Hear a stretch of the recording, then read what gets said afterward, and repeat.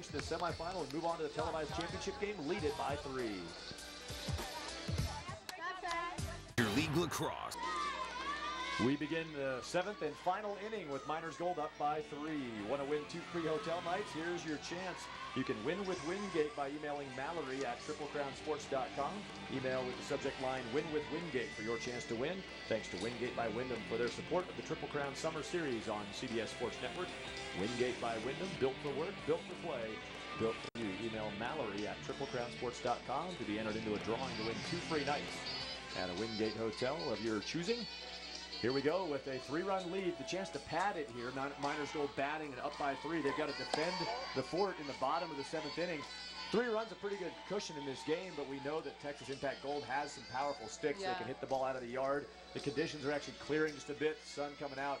Probably wouldn't mind tacking on. I mean, any inning's good inning to tack on, but 3 not necessarily enough. And we've seen walk-off home runs in this tournament already. That could also be a factor. So jeopardy is still being had here on the ball field. Well, this is where the Miners Gold want to just put the icing on the cake and just put one. If they can just put one more run up, it's really going to create some momentum going onto the defensive line and send a message to the Texas Impact and say, hey, we want this game. Well, there was a shot at tacking on to the lead right there with a long drive foul down the left field line. Hit a pretty good distance by Selena Duran. Well, the pitch before that, she was having a hard time getting around. She was a little bit late, so they tried to jam her again, and she made the adjustment and pulled it foul. So it'll be interesting to see what pitch she comes back with. What would you throw right now, Monica? You know, because you do have a ball to work with, I would maybe go with something a little bit off the plate, up and away, over.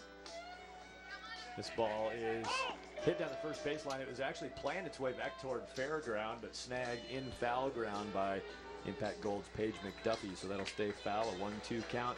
Now, good question, Christy, you asked, I don't think Selena Duran would want to hear the question about her at bat. What pitch would you throw, Monica? Did I see on your Twitter feed, I think I saw it, was it 77 miles per hour you hit?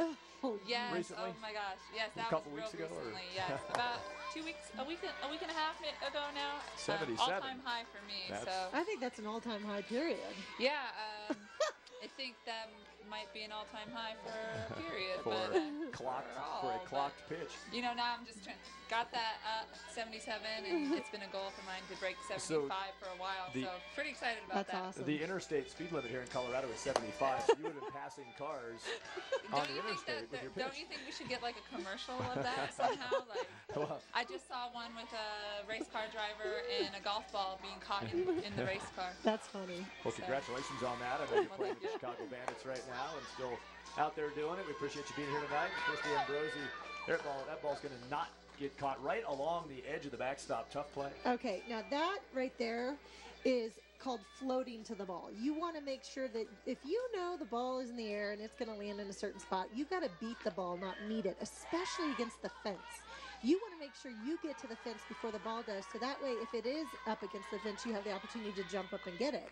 Well, But the other the thing needle. that I would pay attention to on that one is as the catcher drifts over, as you call floating over, her glove is trapping the ball towards the fence, and if she can turn her glove the other way, then she'll be able to make that catch. So see how she's facing the fence there? She needs to turn her glove the other way, and she can possibly make that catch, and that would be a huge out for her team. But now a 3-2 count, long at bat here for Selena Duran. Will it pay off? This ball hit well and over the head of the center fielder. Andrea Hawkins down for a single. And so often in this game you see a missed fly ball in foul territory, something that possibly could have been caught, and then the next pitch or the next 2 pitch later in that bat, someone comes up with a big hit, just like Duran did here. That's the old woulda, coulda, shoulda. Yeah. Oh. So with nobody out and 1 on, Miners Gold looking for that tack-on run. And, you know, you see there's a big controversy these days of whether the kids should call the game or the coaches should call the game. And, you know, I feel strongly that, you know, the kids should have the opportunity to call the game, because I feel like they're going to learn more if they call the game than if the coach does. Because if the coach calls a pitch and the girl hits it, they're like, well, I didn't call that, coach. The coach did. I just feel like they're more accountable and responsible when they take control of the game and they learn more from their mistakes than if the coach is the one that calls it.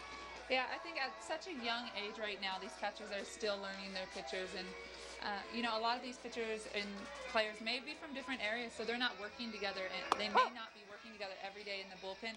I think at this age, there should be a combination of both the coaches calling pitches and maybe the catchers being able to get some experience calling. And then as you get older into the college game, they should learn more about, strategy in pitch calling, which is a huge advantage to having